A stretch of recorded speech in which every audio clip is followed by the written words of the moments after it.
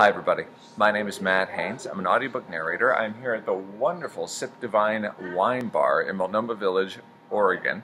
And I am here because I'm about to do some practice reads for a book that I'm working on. So that's a little bit of context.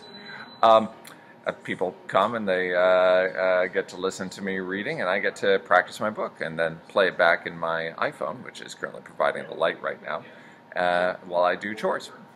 So I am doing this video as a part of the Self-Improvement Path series. I like to begin each week with a mantra or a practice that helps moving forward in my work and in my life a little bit easier, makes it a little bit easier, makes it a little bit more fun. I'll be referring to my work as an audiobook narrator and also the work that my students do or may do.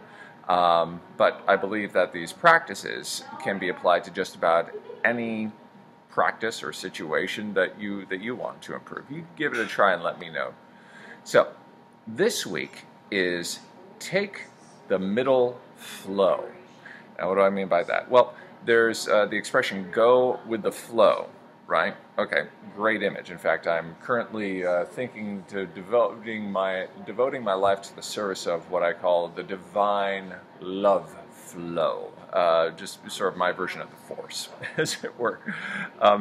And the thing that's a little tricky about that is, well, I could do something now based on what my impulse is, or perhaps I should resist that, stay disciplined in the name of preserving the flow that is the long game.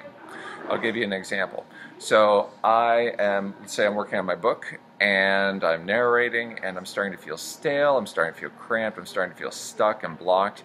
Well, one could say that the flow at that point is dictating that I stop and take it up some other time. On the other hand, the long game flow says, well, if you stop now and take it up another time, then you've got to go back in, you've got to warm up, you've got to orient yourself back to where the book is. What do we do? Well, choose the middle flow. Okay, I do need to stop. I do want to continue to get my work done. So stop for about 5 minutes.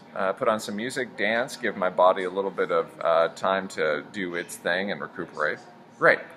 Now, with students, sometimes I'll advise a practice that they might not be into, or that just isn't on for them. For example, I often ask students to assume the position each day, which is just as simply whether they're in their studio or not. Each day at a certain time, sit down and take on a position of narrating, just so their body has the muscle memory of being a narrator every single day and a self-identity as a narrator every single day. Well, some students may be like, Matt, it just wasn't on for me.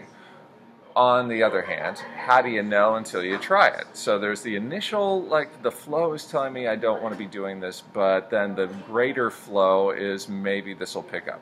What's the solution? Well, cut it in half. Try it for 3 days. And if it's really not on after 3 days, then fair enough. The middle flow. That's what I'll be practicing this week. I'll get back to you with my results. You get back to me with yours.